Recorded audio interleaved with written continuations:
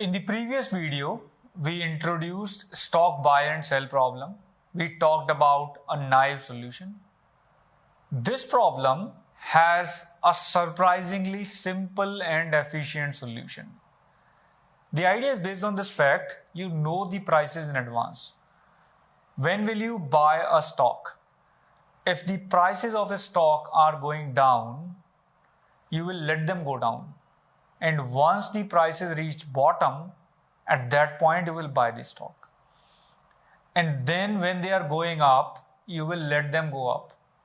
Once they reach the peak, at that point you will sell the stock. And after the peak, if they again start going down, you will not buy the stock. You will let it go down. Once it reaches the next bottom, at that point you will buy the stock again. And then when it is going up, you will let it go up and you will sell it when it reaches a peak again. So the idea is simple. You need to find bottom points and peak points. At every bottom point, you will buy the stock, and every peak point, you will sell the stock. If we see this array, this is the graph we have. On day 1, we have 1. On day 2, we have 5. On day 3, we have 3. On day 4, we have 8. On day 5, we have 12. So you will notice that here we have the bottom price, so we'll buy it here. Here we reach a peak, so we'll sell it here. Here it is going down, so we'll let it go down. And even if it was further going down, we would have let it go down, right? Suppose there was a value 2 here, we would have let it go to 2. And after it reaches a bottom, we'll buy it again. And then we'll let it go up. So it goes up to this point. And at that point, we sell it, right? So you will buy the stock when it hits a bottom. When it starts going up, you sell it when it reaches the top. So this particular idea has a very simple implementation.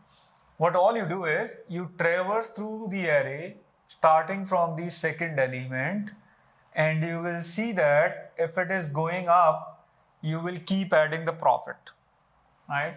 Suppose you start from here and you notice that it is greater than I minus 1. You add the difference of these two. Now it is going down, you do not add the difference of these two. Now it is going up, at this point you add the difference between these two. Now you are here, you add the difference between these two. So when you are adding these two differences, basically you are adding the difference between bottom and top, right? So when the element is going up, you keep on adding the difference between greater value and smaller value. If it is going down, you don't do anything, right? That's the simple implementation, which is based on this idea. Let's do a dry run of this implementation on this array. So we have this array 1, 5, 3, 8, 12. Our initial profit is 0. We begin this loop for I equal to 1. The profit that we get is 0 plus 5 minus 4, 5 minus 1. We get the value as 4. We went inside the if condition because price of I is greater than price of I minus 1. Price of 1 is greater than price of 0. So we got the profit 4. Now for I equal to 2, price of 2 is not greater than price of 1. So we do not go inside the if condition and we do not update the profit. Now when I is 3, we again go inside this if condition because price of 3 is greater than price of 2. And we consider the current profit and add the difference between 3 and 2 indexes. So we get 8 minus 3, we get 9. For I equal to 4 again, we have price of I greater than price of I minus 1. So we add the difference between 4 and 3, which is 12 minus 8. So we add this to previous profit value 9 and we get 13. So one thing I would like to repeat here, this is actually cumulative effect. You are adding this difference and then you are adding this difference, which means you are adding the difference between these two. So when something is going up, you keep on adding the difference between consecutive elements and ultimately you get the difference between bottom and top. So that's how you maximize the profit.